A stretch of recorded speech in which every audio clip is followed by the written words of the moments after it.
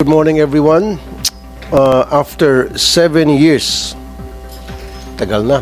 After 7 years, several Senate hearings tungkol sa Public Utility Vehicle Modernization Program.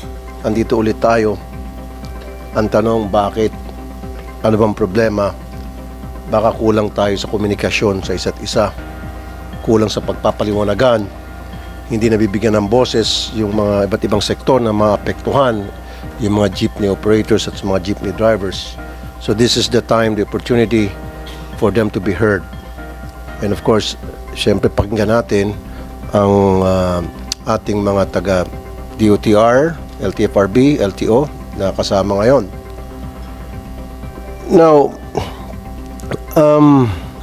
kailangan sa araw na ito meron tayong ma-accomplish. Ayoko na tatapusin tong hearing and then balik ulit tayo dahil wala lang, hindi pa rin tayo clear kung ano talaga ang agenda at pakay natin na para mabigyan ng solusyon sa araw na ito ang mga hinaing ng mga jeepney operators and drivers. Pero bago ko kausapin ang mga jeepney operators at jeepney drivers nandito ngayon, meron lang po akong ipapakita sa inyo, audio-visual. Ito po yung interview namin yesterday sa ilang mga commuters. Of course, kasama na po yung mga jeepney drivers. Pwede makita?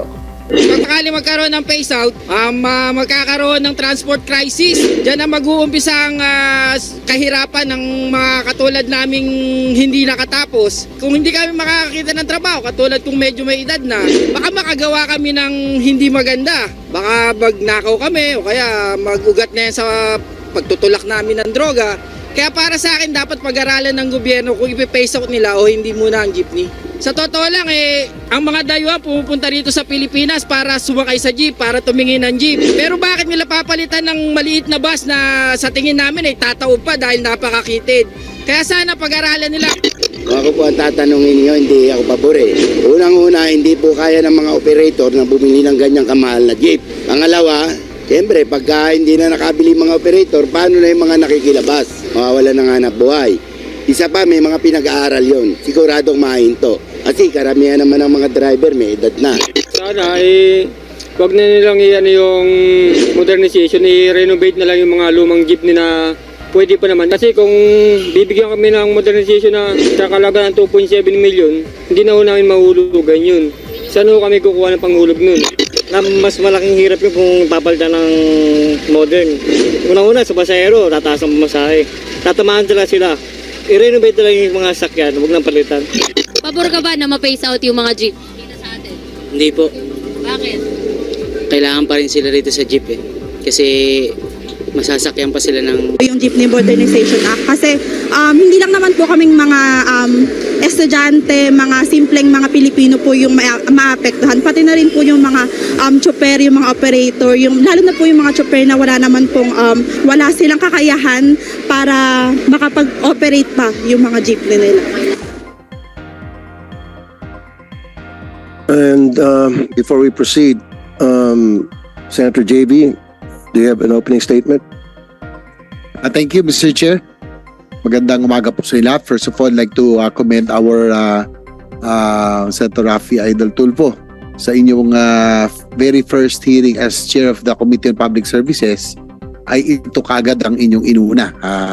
Tama po kayo, no, na nakailang hearings na po ang issue ng jeepney modernization. I was Vice Chair of this committee for so long, and ang nakakalungkot, no, parang we're still back, ano pa rin tayo, na halos nasa square one pa rin ho tayo. So I'm hoping that we can get some results, and tama ho kayo, Chairman, na hindi dapat pagkahiwalay natin mamaya ay ano na naman, mag-aantay na naman tayo sa wala. I'm hoping that this time around, upon hearing the different stakeholders, the agencies concerned, ay dapat kumilos to.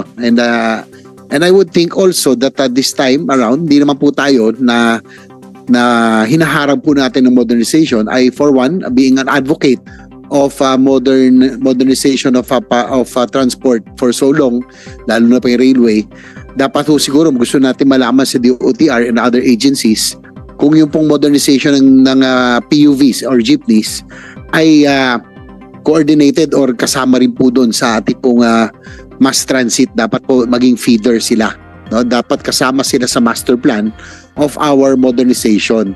Hindi po yung tulad na nangyaring for several decades, no? Magugulo ang mga ruta, no? Basta lang LTFRB issue ng issue. Dapat ho malinis natin. We have to rationalize the franchises and the lines. Ako po, pabor puro para may ayos lahat. But ang tanong po rito, kailan ba tayo magiging handa? No? It seems that yung PUV modernization has taken nag-stall po ito. No? Medyo hindi ho siya went on as planned, no? Doon sa timeline. So yan po yung mga gusto natin malaman, Mr. Chair. And hoping that siguro just to give an idea, each year there are about 300,000 cars that are added to our streets. So based on the sales, Mr. Chair, ng ating car manufacturers and dealers, 300,000 po kada taon. In 3 years, that will be 1 million cars that will be added to our streets.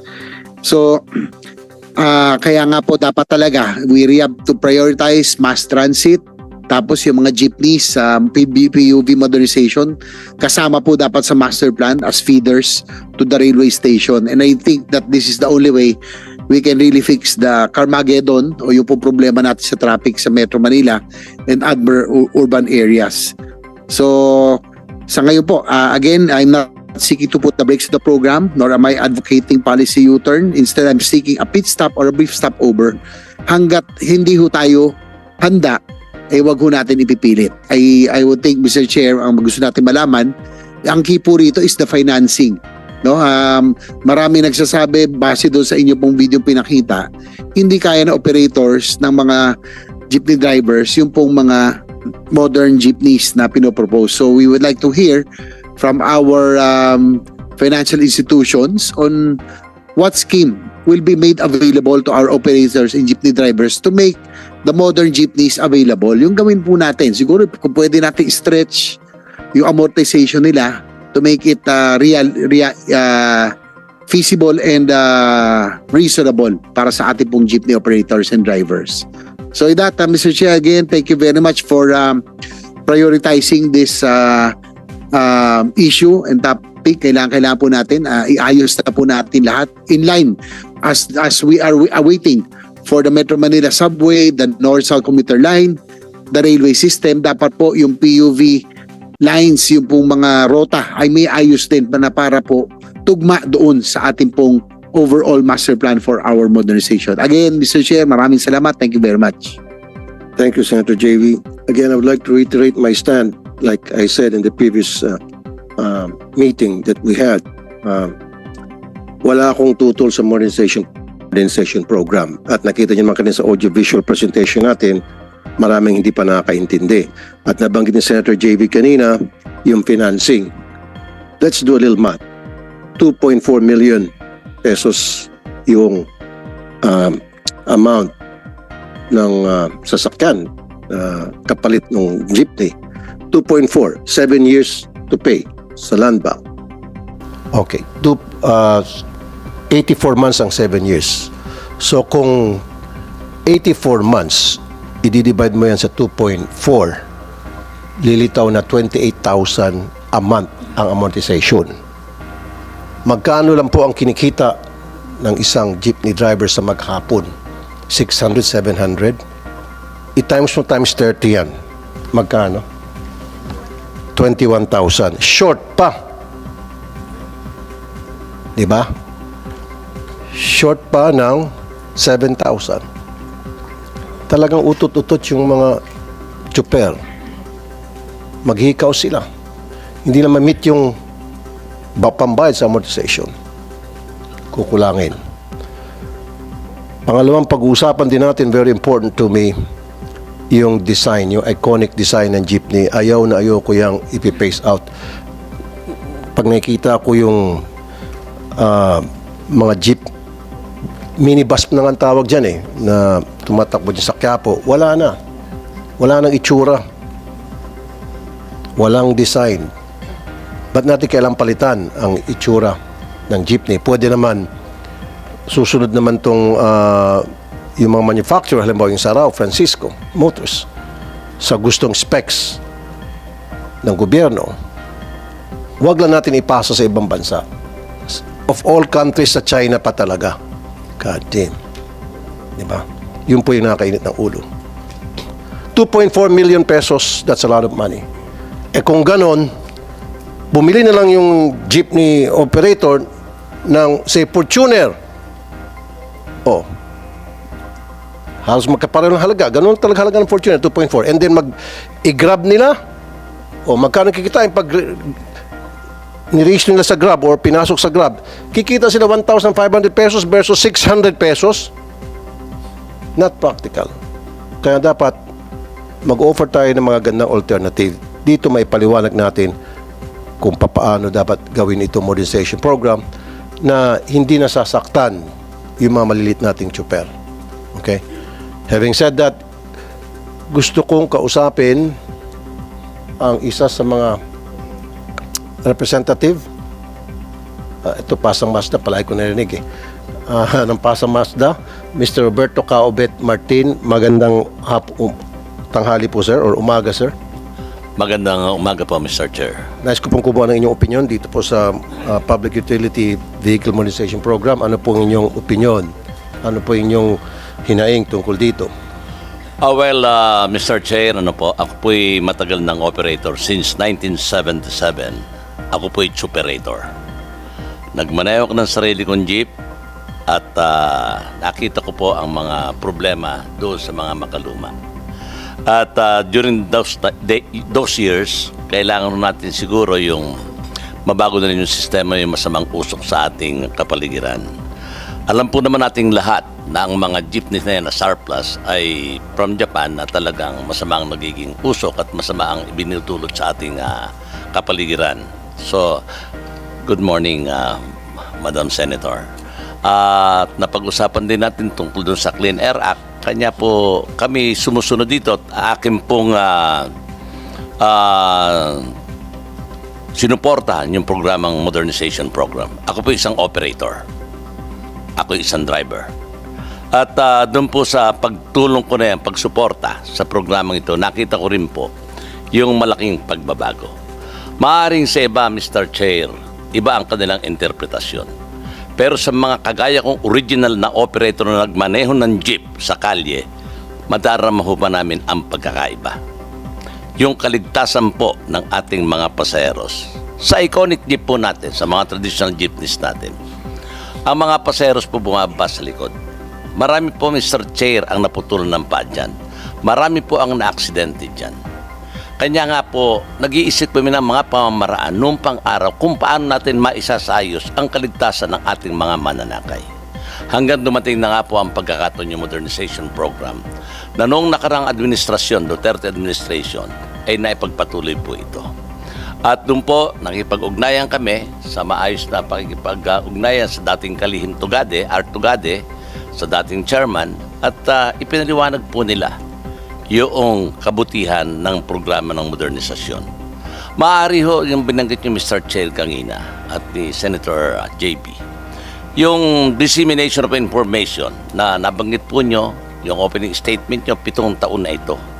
At maaari hindi nauunawaan ng iba pa natin mga kasamahan, kagaya po yung kaninang napanood natin,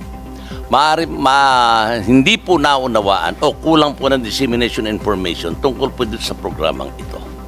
At doon po sa mga nakakaintindi, maaaring naunawaan ito, kagaya ko at kagaya po ng mga cooperative na andito ngayon. Yung pong binanggit niyo, Mr. Chair, na ayaw niyong mawala ang iconic look, hindi po tinatanggal ng DOTR ang ating traditional jeepneys.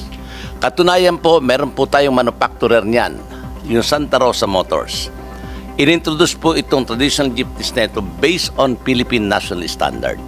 At iyon po, may mga existing na rin po tayong iconic at traditional jeepneys na base din po sa Philippine National Standard. Yung pong binanggit nyo naman kanina na mukhang minibus, tama po kayo doon sapagkat talagang hindi ho ito kamukha ng jeep.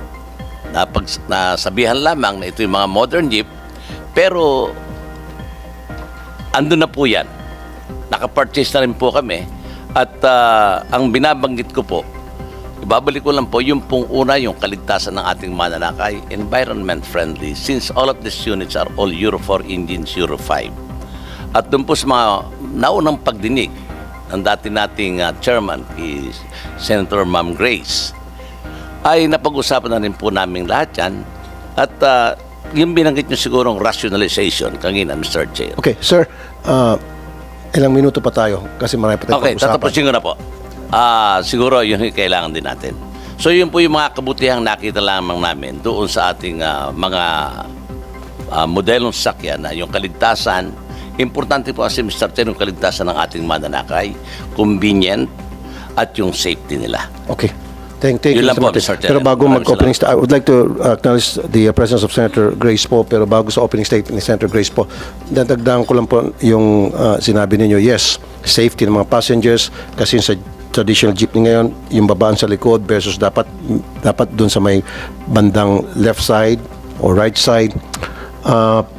Willing naman yung mga chuper na nakausap namin kung anong klaseng design ang gusto ng pamahalaan as long as hindi mawawala yung iconic design. Ibigay lang sa kanilang spec, susundin naman nila. Diba? Huwag lang totally i-pace out yung itsura. Na yung ginagawa ngayon, nakikita natin sa mga kalye na yung minibus na hindi na jeepney ang tawag, minibus na. Diba? Yun yun. Okay.